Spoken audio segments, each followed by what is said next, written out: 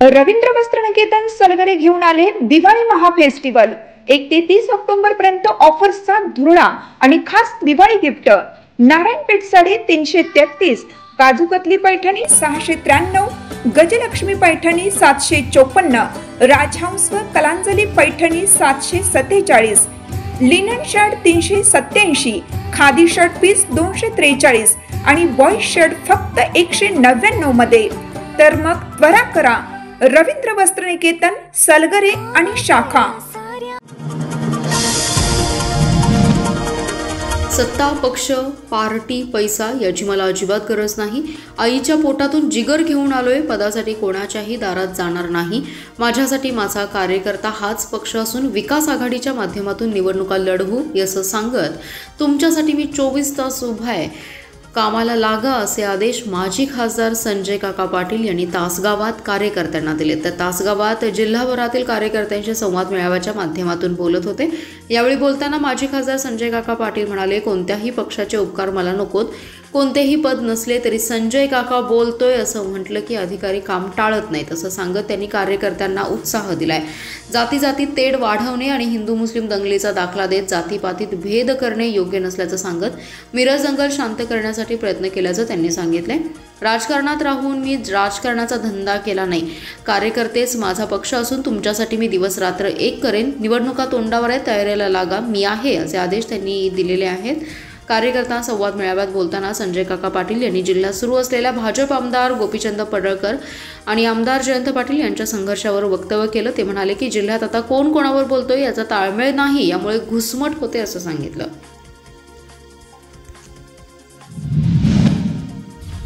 मिरजेत रात्री 2 गटात झालेल्या वादानंतर पोलिसांनी संबंधितावर कायदेशीर कारवाई करण्यास सुरुवात केली आहे। बेकायदा जमाव केल्याप्रकरणी 150हून अधिक जणांवर गुन्हा दाखल करण्याचं काम सुरू आहे।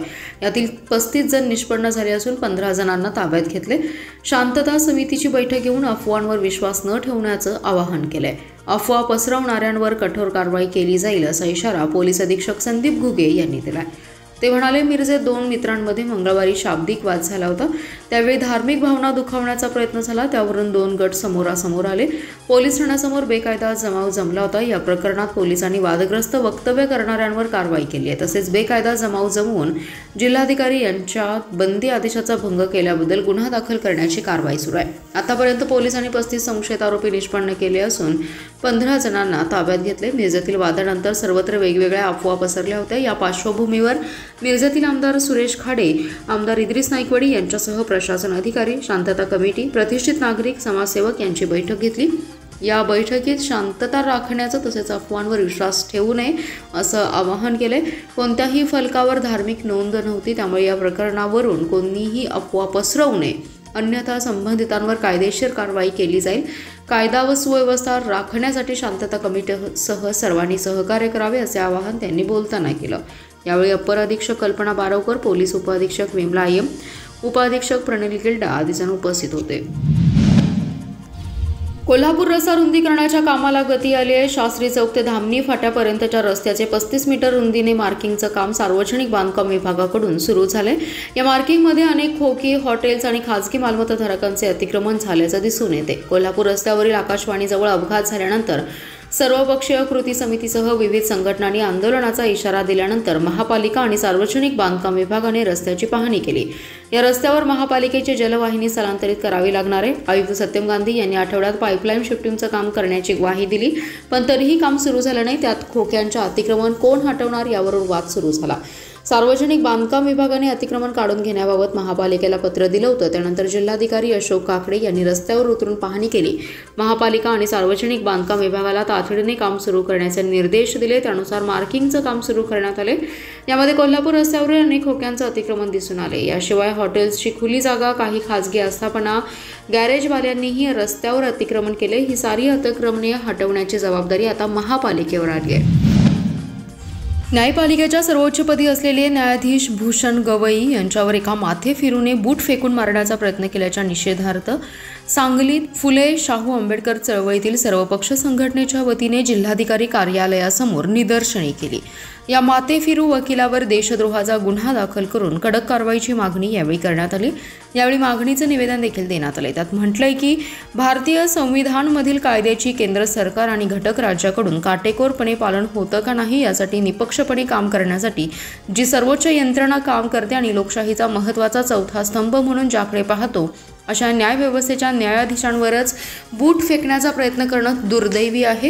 ही कृती म्हणजे भारतीय संविधानालाच आव्हान देण्याचा प्रयत्न आहे। या प्रकरणी कडक कारवाई होणं आवश्यक आहे। शिवाय अशा घटना घडू नयेत याची दखल सरकारने घेणं गरजेचं आहे।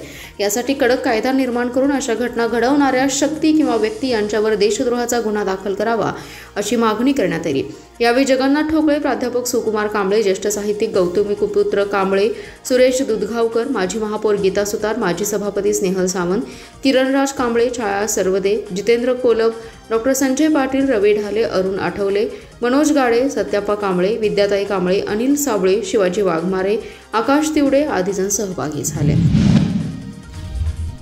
मिरजेत वादग्रस्त वक्तव्यानंतर झालेल्या 2 गटातील राड्यानंतर पोलिसांनी तातडीने पावले उचलत कठोर कारवाई करण्यास सुरुवात केली। यामध्ये 2 गटातील 150 जणांवर धार्मिक भावना दुखावल्याप्रकरणी तसेच बेकायदेशीर जमाव जमवल्याप्रकरणी गुन्हे दाखल करण्यात आले असून यातील 35 नावे निष्पन्न झाले। त्यामध्ये एकूण 13 जण ताब्यात घेतलेत। मिरजेत पोलीस अधीक्षक, अप्पर अधीक्षक, SRPF, दंगल नियंत्रण पथक यांच्यासह मोठा पोलीस बंदोबस्त तैनात केलाय। सोशल मीडियावर लक्ष ठेवण्यासाठी कक्ष स्थापन करण्यात आलाय। मिरजेतील सध्याची परिस्थिती नियंत्रणात असून मी स्वतः यावर लक्ष ठेवून आहे।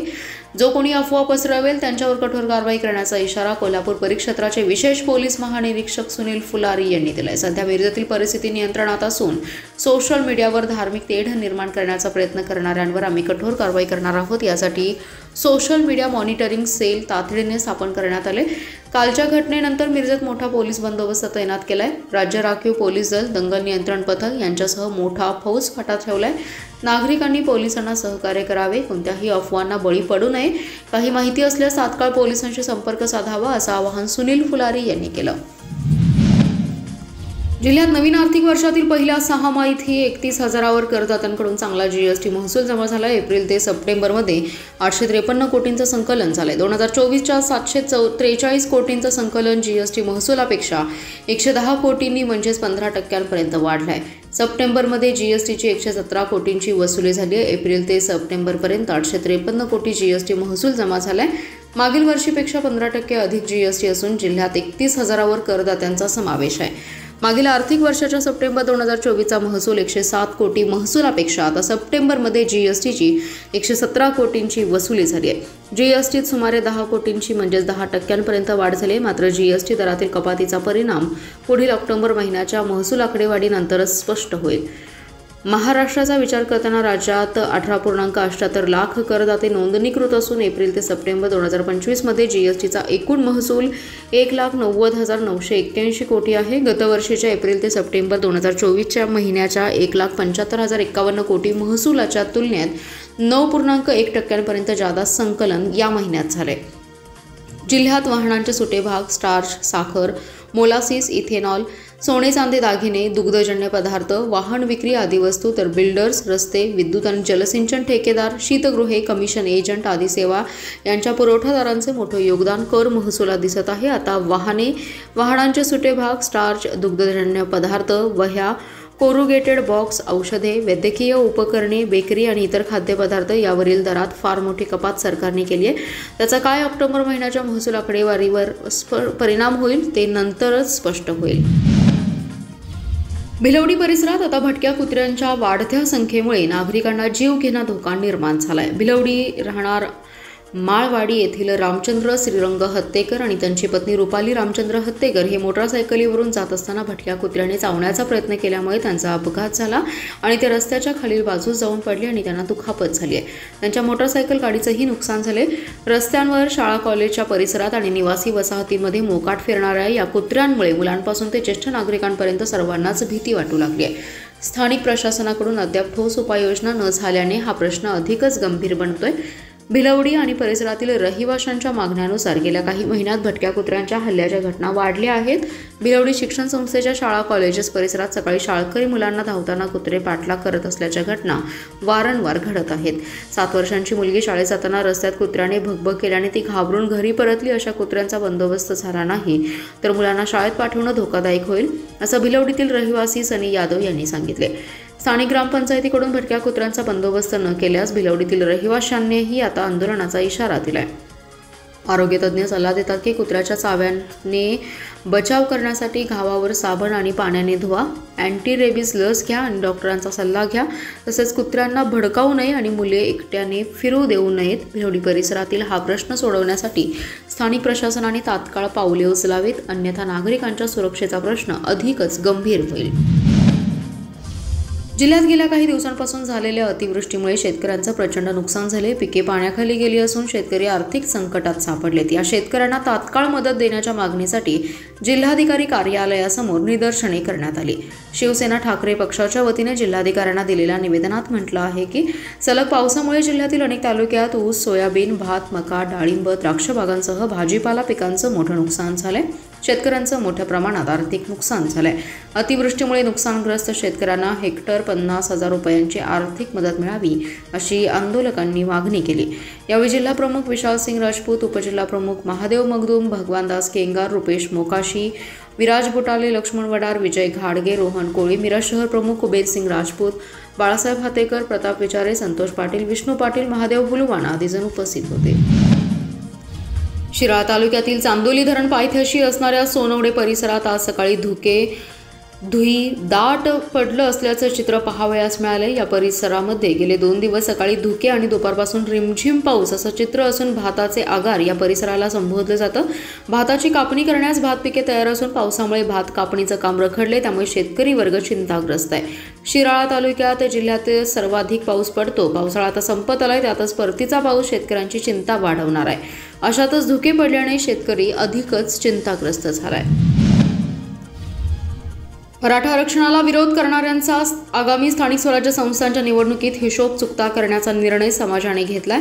समाजाविरोधात सातत्याने गरळ ओकणाऱ्यांनाही तोच इशारा आहे. मराठ्यांना कुणबी आरक्षणासाठी हैदराबाद गॅझेटला मान्यता मिळाली आहे. आता सातारा गॅझेटला तातडीने सरकारने मान्यता देण्याची मागणी मराठा स्वराज्याचे प्रदेशाध्यक्ष महादेव साळुंखे यांनी पत्रकार परिषदेत दिली आहे.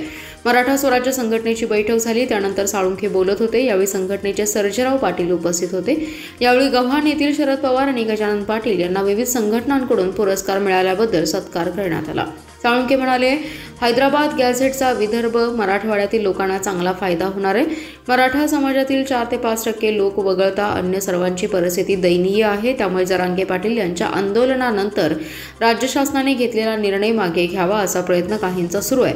सातारा गॅझेट लागू केल्यास पश्चिम महाराष्ट्रातील लोकांना कुणबी दाखले काढण्यासाठी फायदा होणार आहे. मंत्री छगन भुजबळ, मंत्री पंकजाताई मुंडे मराठा समाजाच्या विरोधात भूमिका घेत आहेत. मराठा समाजाचं भलं त्यांच्या डोळ्यात खुपतंय.